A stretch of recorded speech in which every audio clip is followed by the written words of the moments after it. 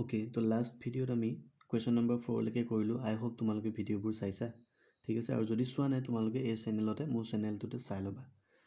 Okay, আজি আমি question number 5টো কৰিম। তো ইয়াতে কি দিয়া আছে চোৱা, যে তলৰ প্ৰতিটো সংখ্যাৰ বাবে আটাইতকৈ সৰু কি সংখ্যাৰে পূৰণ কৰিলে সংখ্যাটো এটা পূৰ্ণ বৰ্গ হ'ব। আচ্ছা, তো ইয়াতে আমাক কি দিছে, যে কিছুমান সংখ্যা দিয়া আছে। তো সেই সংখ্যাবিলাকক আটাইতকৈ কি সৰু সংখ্যাৰে পূৰণ কৰিম, যাতে পূৰণ কৰিলে আমি কি পাওঁ, এই সংখ্যাটো এটা পূৰ্ণবৰ্গ পাওঁগৈ, ঠিক আছে। তো এনেকুৱা ধৰণৰ কুৱেশ্যনবিলাক কৰিবলৈ আমি কি কৰিম, চুটিহৰণ নিয়মটো ইউজ কৰিম। আমি লাষ্ট কুৱেশ্যনত যিটো নিয়ম এপ্লাই কৰিছিলোঁ, তো সেই নিয়মটো ইয়াতো আহিব, ঠিক আছে। তো তোমালোকে অংকটো কৰিলে বুজি পাবা। অ'কে, বস্তুটো তেতিয়া ক্লিয়াৰ হ'ব। আচ্ছা, তো আমি কি কৰোঁ, যে 1525ৰ মৌলিক উৎপাদকবিলাক উলিয়াম চুটিহৰণ নিয়মৰ দ্বাৰা। 5 আছে, গতিকে 5 হৰণ যায়। চ' 5 15 যাব 3বাৰ হ'লে 5 3 গুণ কিমান হ'ল, 15 হ'ল। এতিয়া 2 ৰ'ল, এইটো 2টো আছে, তো 2ক 5 হৰণ নাযায়, নোযোৱাৰ কাৰণে এইখিনিত কি বহিব, 0 এটা বহিব।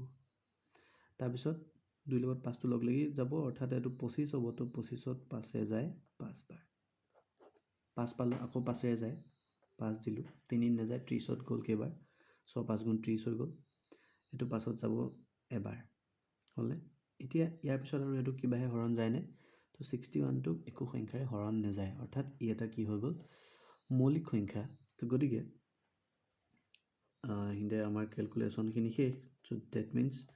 1525 ইকুৱেল টু আমি কিমান পালোঁ, 5 × 5 × এইটো 61 হ'লনে। এতিয়া চোৱা, আমাক কি সুধিছিল, যে আমি কি পাব লাগে, এটা পূৰ্ণবৰ্গ সংখ্যা পাব লাগে, ঠিক আছে। চ' পূৰ্ণবৰ্গ মানে কি, যে এই সংখ্যাটো 1525টো কেতিয়া পূৰ্ণবৰ্গ হ'ব, যেতিয়া ইয়াতে তাৰ উৎপাদকবিলাক দুটা দুটা থাকে। তাৰমানে 5 দুটা আছে নহয়, তো 61ও কেতিয়া থাকিব, দুটা থাকিব লাগিছিলে, এটাহে আছে এতিয়া, ঠিক আছে। চ' 61 যিহেতু এটাহে আছে, গতিকে ইয়াতে আমি আৰু এটা 61 যদি পূৰণ কৰি দিওঁ, তেতিয়া কি হৈ যাব, ই পূৰ্ণবৰ্গ হৈ যাব। তোমালোকে এইখিনি লিখিব নালাগে। তো বুজি পালানে, যে এইটো 61 কিয় হ'ল, যে ইয়াতে 5 দুটা আছে। চ' চব সংখ্যাই দুটা দুটা থাকিব লাগে, তেতিয়া পূৰ্ণবৰ্গ হয়। তো যিহেতু ই অকলে আছে, 61টো অকলে আছে, গতিকে আমি ইয়াতে আৰু এটা 61ৰে পূৰণ কৰি দিলে এই সংখ্যাটো কি হ'বগৈ, পূৰ্ণবৰ্গ হ'ব। ক্লিয়াৰ হৈছে। অ'কে, চ' তাকে আমি লিখি দিলে হ'ল জাষ্ট, যে এতেকে 1525 সংখ্যাটো পূৰ্ণবৰ্গ হ'ব। হ'লে আই হোপ তোমালোকে বুজি পাইছা। অ'কে, তো নেক্সটটো চোৱা। তো নেক্সটটো আমাৰ কি দি আছে, 1008। তো এইটো ছেইম আহিব, ইয়াকো আমি সেই চুটিহৰণ নিয়মেৰে কৰিব লাগিব। তো এককৰ ঘৰত যিহেতু 8 আছে, গতিকে 2ৰে হৰণ যায়। তো 2ৰে দিলে 10ত যাব কেইবাৰ, 5 বাৰ, 5 দুগুণ 10 হ'ল, 0ত নাযায়, গতিকে 0টো নামি আহে। 8ত যাব 2ৰে 4 বাৰ, আকৌ 2ৰে দিয়া এইটো 2 বাৰ, 2 দুগুণ 4 10 হ'ল, 10ত যাব 5 বাৰ, 4ত গ'ল 2 বাৰ, ঠিক আছে। আকৌ 2ৰে দিলোঁ আমি, তো 2ৰে 2ত এবাৰ, 5ত 2 বাৰ, 12ত গ'ল 6 বাৰ, আকৌ 2 দিয়া, 6 দুগুণ 12, 6ত গ'ল 3 বাৰ, 63 হ'ল এবাৰ। 6 3 9 হৈ আছে, গতিকে 3য়ে যায়, 3য়ে হৰণ যায়, তো 3 দি দিওঁ। এইটো 6ত 2 বাৰ, এইটো 3ত যাব এবাৰ, 21ত আকৌ 3য়ে যায় 7 বাৰ, হ'লনে। 7টো মৌলিক, গতিকে কেলকুলেশ্যনৰ পাৰ্ট এইখিনিত শেষ। চ' দিয়াৰ পৰা আমি কি পালোঁ, 8 ইকুৱেল টু 2 কেইটা, 1 2 3 4টা, 4টা পূৰণ, 3 কেইটা আছে, 1 2 3 পূৰণ 3 পূৰণ, লাষ্টত কি আছে 7, হ'লে। তো আমি 1008ৰ উৎপাদক এইকেইটা পালোঁ। এতিয়া চোৱা, যে ইয়াতে কোনটো অকলে আছে, এই দুটা 2 আছে, এই দুটা 2 আছে, ইহঁত জোৰ হৈ আছে, এইটো জোৰ হৈ আছে, বাট এই 7টো কি হৈ গ'ল, ই অকলশৰীয়া হৈ গ'লনে। তো ইয়াক একাষৰীয়া কৰি দিলে,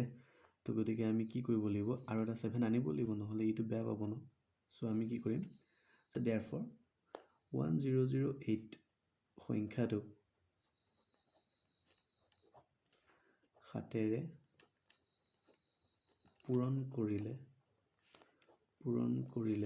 ই কি হ'ব, পূৰ্ণবৰ্গ হ'ব। অ'কে, বুজি পাইছা। তো এইটো হৈ গ'ল আমাৰ নাম্বাৰ এবাৰ 3টো আমি লওঁ তো 3টো কিমান আছিল 2028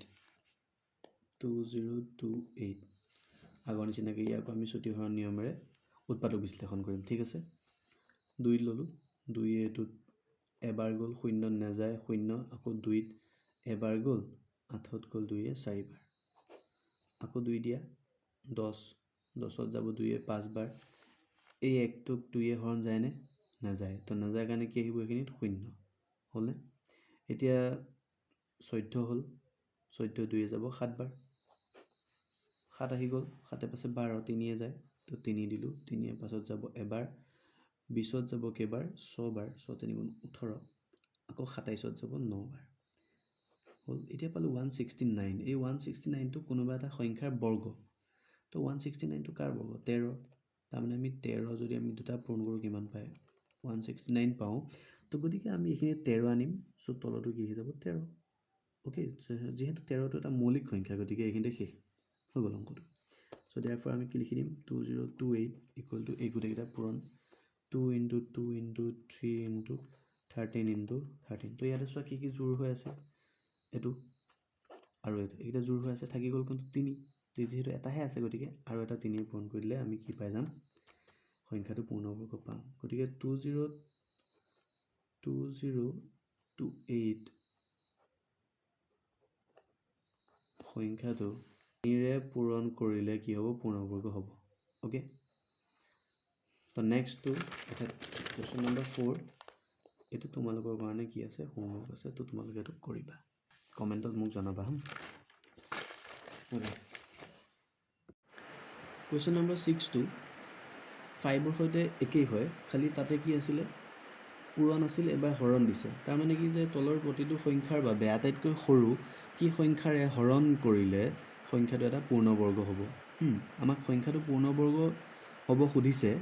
কেতিয়া যেতিয়া আমি তাক কিবা এটা সংখ্যাৰে হৰণ কৰিম তো আগৰটো সৈতে সেম তো আমি 1টো লৈছোঁ 4 6 8 আছে তো 4 6 8ক আমি ছুটিহৰণ নিয়মেৰে উৎপাদক বিশ্লেষণ কৰিম তো 2 দিলোঁ 4 যাব 2 বাৰ 6ত যাব 3 বাৰ 8ত গ'ল 4 বাৰ হ'ল আকৌ 2 দিয়া 2 এবাৰ 3ত এবাৰ 14 হ'ল 7 বাৰ 7 8 9 তো 3 যায় গতিকে 3 11ত গ'ল 3 বাৰ 3 3 9 হৈ গ'ল 27ত গ'ল 3 কেইবাৰ 9 বাৰ 9 3 27 হ'লে 39ত আকৌ 3 যায় চ' 3ৰ এবাৰ 9ত যাব কেইবাৰ 3 বাৰ 13 পালোঁ মৌলিক সংখ্যা গতিকে এইখিনিতে শেষ চ' 468 ইকুৱেল টু আমি কিমান পালোঁ 2 into 2 into